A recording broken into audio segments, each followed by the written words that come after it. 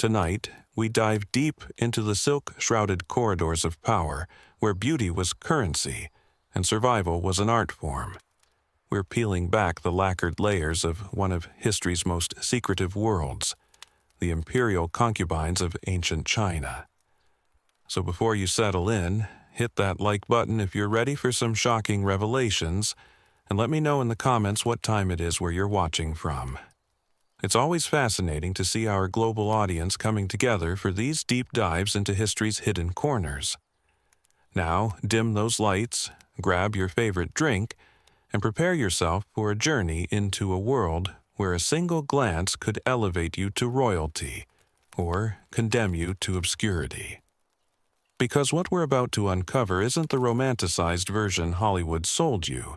This is the raw, unfiltered truth about what life was really like behind those towering palace walls. Picture this: you're 15 years old, torn from everything you've ever known, and thrust into a golden cage where thousands of other young women are competing for the attention of one man, the emperor. A man you might see once in your entire life, if you're lucky. Welcome to the imperial harem, where politics wore perfume, and every conversation was a chess match disguised as small talk. These weren't just pretty faces decorating the palace like living ornaments. These women were players in a deadly game of power, influence, and survival that would make modern reality television look like a children's tea party. They navigated treacherous waters where a misplaced word could mean exile, a wrong look could spell disaster, and success meant walking the razor's edge between ambition and humility. But here's what's truly fascinating. The concubine system wasn't just about the emperor's pleasure. It was a complex political machine, a way to forge alliances between regions, reward loyal families, and maintain the delicate balance of power across a vast empire. These women carried the hopes and ambitions of entire clans on their silk-clad shoulders. Every morning brought a new battle, not with swords or arrows, but with rouge and rice powder, with strategically chosen jewelry and carefully practiced smiles. Because in this world, appearance wasn't vanity, it was warfare. The way you wore your hair could send a message. The color of your robes could signal your status. Even the angle at which you held your fan could communicate volumes to those who knew how to read the signs. And the hierarchy? Absolutely ruthless. At the top sat the empress, untouchable in her authority. Below her, a carefully structured pyramid of consorts, each with their own titles, privileges, and territories to defend.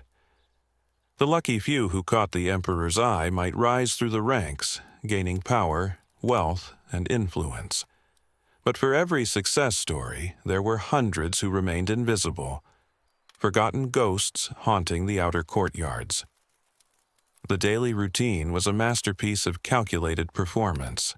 From the moment they opened their eyes to the second they closed them, these women lived every breath as if it were being judged, because it was.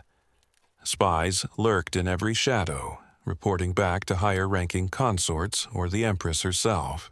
Trust was a luxury none could afford, yet alliances were essential for survival. What's coming next will shock you even more. We're about to explore the brutal morning rituals that could make or break a concubine's entire day, the secret languages they developed to communicate under the watchful eyes of palace guards, and the ingenious ways they turned everyday objects into tools of political warfare. The morning alarm wasn't a gentle chime or a servant's whisper. It was the sound of ambition sharpening itself on the whetstone of another day. Before dawn broke over the Forbidden City, these women were already engaged in the most important performance of their lives, transforming themselves from ordinary mortals into living works of art. But this wasn't your typical makeup routine. This was strategic warfare painted in layers of white lead and crushed pearls. Every brush stroke was calculated, every color choice deliberate. The pale complexion that took hours to achieve wasn't just fashion, it was a status symbol. Only women wealthy enough to avoid outdoor labor could maintain such porcelain skin. And in a world where appearance could determine your fate, looking like you'd never seen sunlight was the ultimate power move. The tools of this transformation would horrify modern women. White lead paint that slowly poisoned its wearers. Mercury-based cosmetics that caused tremors and madness over time. Crushed beetle shells for that perfect red lip stain. These women literally risked their lives for beauty, and they did it with a smile, because the alternative was irrelevance. Hair became architecture, elaborate constructions that required teams of attendants and could take hours to complete. Each style conveyed meaning, from the simple braids of lower-ranking concubines to the towering edifices worn by imperial favorites. Hidden within these hairstyles were messages, signals to allies and warnings to enemies. A phoenix hairpin meant the wearer was feeling confident. A jade butterfly suggested humility. Miss the code, and you might find yourself on the wrong side of palace politics. The clothing was equally complex, silk robes in colors that weren't just beautiful but legally regulated. Only certain ranks could wear imperial yellow. Specific shades of purple were reserved for the highest consorts. Even the length of your sleeves and the pattern of your embroidery announced your position in the hierarchy. Dressing each morning wasn't just getting ready. It was armoring up for battle. And then came the most crucial part of the morning ritual, the inspection. Not by servants, but by the other concubines. Every woman was simultaneously studying and being studied. Who looked tired? That suggested a sleepless night? Possibly from worry or guilt. Who wore new jewelry? That meant either recent imperial favor or a family bribe. Who seemed nervous? That could indicate knowledge of palace secrets or fear of discovery. This visual intelligence gathering was so sophisticated that entire conversations could happen without a single word being spoken.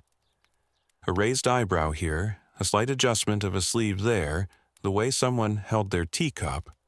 All of it was data being collected and analyzed by women whose survival depended on reading between the lines. But perhaps most terrifying of all was the breakfast gathering. Picture a room full of the most beautiful, intelligent, and ambitious women in the empire, all seated according to strict hierarchy, all performing serenity while their minds raced with calculations. The food was exquisite, but appetite was dangerous. Eating too much suggested gluttony. Too little implied arrogance. The perfect amount required constant calibration based on who was watching and what message you wanted to send. The conversations during these meals were master classes in coded communication. Compliments that were actually insults. Innocent questions that were intelligence-gathering missions. Stories about dreams that were veiled threats or promises. Every sentence was a chess move in a game where checkmate meant social annihilation. And there you have it, the hidden world behind the silk curtains where survival required more skill than any battlefield.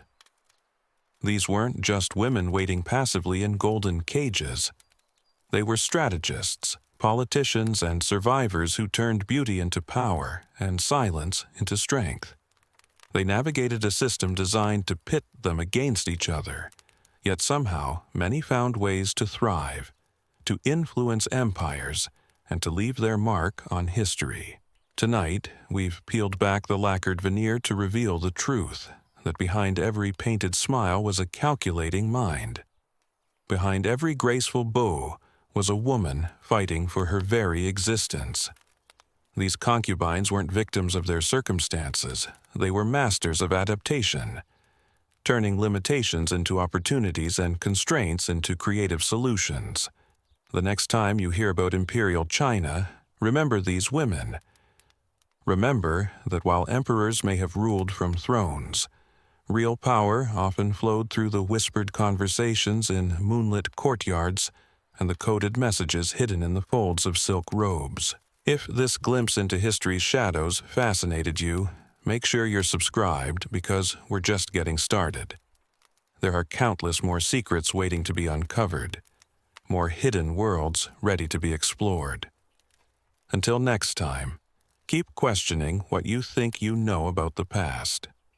The truth is always more complex, more human, and far more interesting than the stories we've been told.